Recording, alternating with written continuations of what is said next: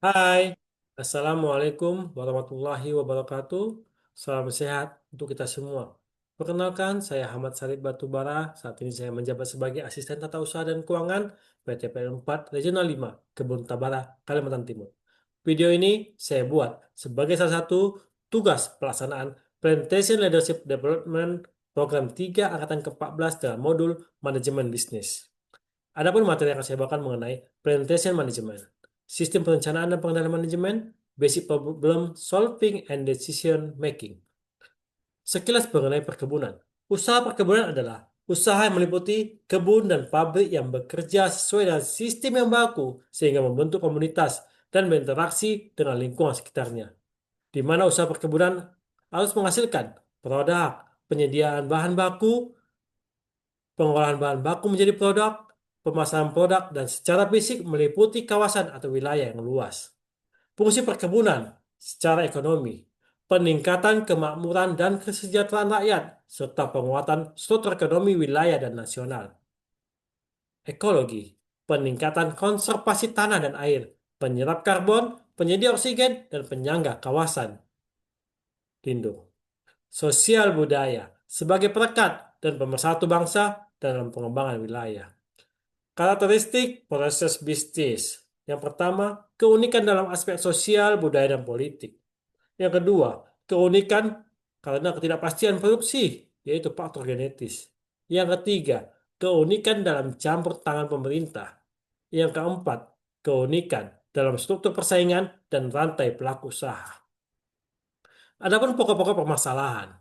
Yang pertama, produktivitas dan kualitas produk pada on-farm masih rendah. Dua, sentra produksi on-farm masih tersebar di daerah.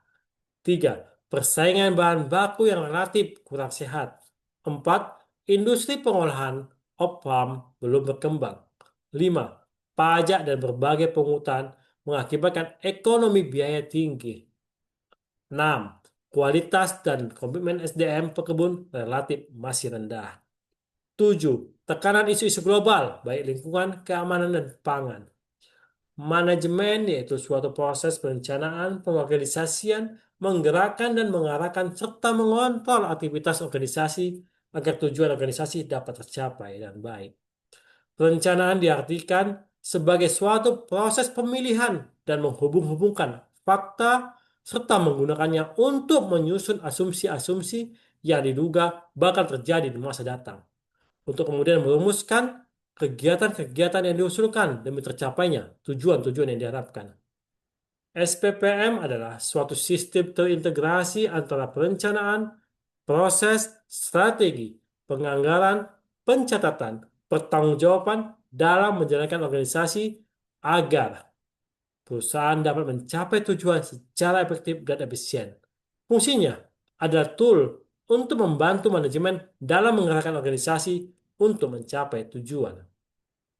Perencanaan ditujukan untuk menjawab pertanyaan apa, siapa, kapan, bagaimana, dan mengapa. Apa? Merumuskan apa yang menjadi tujuan atau target yang ingin dicapai oleh organisasi atau perusahaan. Siapa? Merumuskan personil yang bertanggung jawab atas pencapaian target dan sasaran organisasi. Kapan? Merumuskan jangka panjang atau jangka waktu, kapan kegiatan program harus dilaksanakan. Bagaimana? Merumuskan strategi atau cara dan prosedur bagaimana kegiatan itu dilaksanakan dengan cara yang efektif dan efisien.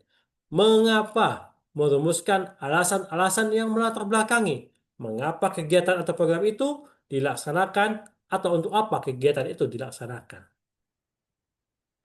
Decision making, yaitu suatu proses memilih alternatif terbaik dari serangkaian alternatif keputusan untuk mencapai hasil yang diinginkan. Serangkaian tahapan yang dilakukan dalam pelaksanaannya, mengidentifikasi masalah, memilih suatu alternatif, dan mengevaluasi keputusan dari sumber. Adapun informasi atau data yang diperoleh dari berbagai sumber yang ada dan terpercaya. Decision making perspektif. Yang pertama, rational decision making, yaitu jenis pengambilan keputusan di mana pilihan bersifat logis dan konsisten serta memaksimalkan nilai dalam batasan-batasan spesifik. Bounded rationality, pengambilan keputusan yang rasional dengan model yang disederhanakan, dengan mengeluarkan hal-hal esensi dari masalah tanpa menangkap semua kompleksitasnya. Intuitive decision making, pembuatan keputusan berdasarkan pengalaman, perasaan, dan akumulasi pertimbangan. 4. Proses analisis risiko. Yang pertama, identifikasi risiko. Mengidentifikasi kemungkinan risiko yang akan terjadi. 2. Analisis risiko. Mengukur seberapa besar kemungkinan terjadinya risiko. 3. Evaluasi risiko. Memetakan risiko di dalam peta risiko. 4. Penanganan risiko. Merencanakan tindakan pencegahan dan penanggulangan untuk meminimalisasi dampak apabila risiko terjadi. Demikian video singkat ini saya buat. Lebih kurang saya mohon maaf. Bila taufiq wal hidayah. Assalamualaikum warahmatullahi wabarakatuh.